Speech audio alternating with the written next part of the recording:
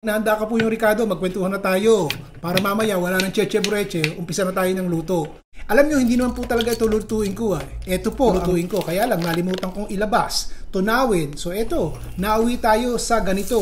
Pero palagay ko yung magugustuhan nyo. Simple, mura, madaling lutuin, malasa, may konting gulay, may sabaw. Yan ang paborito. 2 minuto po nating niluto yan. Importanteng luto na yung inyong sibuyas at saka luya bago nyo ilagay itong ating bawang. Mga 30 segundo lang natin lutuin itong ating bawang. Lagi ko sinasabi, mapait pag nasunog. Ilagay na natin itong ating kalabasa. Para malinaw ang mata ng mga anak nyo, maglagay kayo ng kalabasa. Di po ba yun ang sinasabi? Pampalinaw daw ng mata. Takpan po natin. Tignan nyo ito. Mga 2 minuto ko lang na niluto para lumambot-lambot ng konti yung kalabasa natin. Patisan na natin dito pa lang. Timplahan nyo na. Mga 3 kutsara ng patis. Lagyan na rin po natin ng paminta. Damihan nyo na yung paminta. Halo po ng konti. Tsaka natin ilagay ito hugas bigas. 3 tasa po yun. Takpan at itaas ulit ang apoy para kumulo. Okay. Palagay ko okay na ito. Malambot na eh. Kasama ko na po itong ating tahong at saka tulya. May sabaw pa ng konti. Yan. Haluin natin ng konti. Napapansin nyo ba? Nakabuka na yung iba. Ito istorya niya na.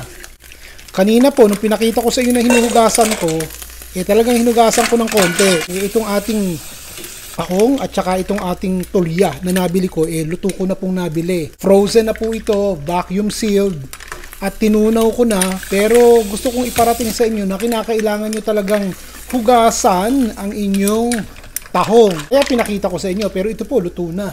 Napasingawan na ito nung binili ko. Okay, baka kasi magtanong, bukas na iba luto na yun. Ngayon, lagyan natin ng kahit anong berde meron kayo dyan. Wag lang isip. Malunggay, kangkong. Ito spinach dahil wala po akong malunggay.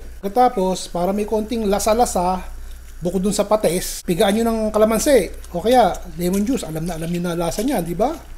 Kung gusto nyo lagyan ito lagyan nyo. Kung ayaw nyo, okay lang, para lalong malasa. Yan. Okay. Isang kulo lang, okay na. Ang maganda pa nito, mga kaibigan, habang natutunaw o nadudurog yung inyong kalabasa, nagkukulay dilaw ang sabaw. Diba? Masarap yun. Tingnan nyo, Para tuloy lumabas na may curry, pero ang totoo, natunaw lang yung inyong kalabasa. Tingnan yung sabaw. Diba? Alam nyo, tuwang-tuwa po ako kapag binabasa ko yung mga nilalagay nyo dyan pag nagluluto ako. At yun po ang nagbibigay sa akin ng idea. Maraming salamat po. Alam nyo na gagawin nyo At kung minsan medyo napapasarap ako ng basa at natutuwa ako dun sa iba, sinisilip ko po yung inyong Facebook wall. At kung nakita kong sineshare yung mga videos ko, bakit hindi? Aabutan ko sa inyo ng 1 tasa, 2 tasa. Alam nyo na kung ano naman nun. Wala. Ron Bilaro po.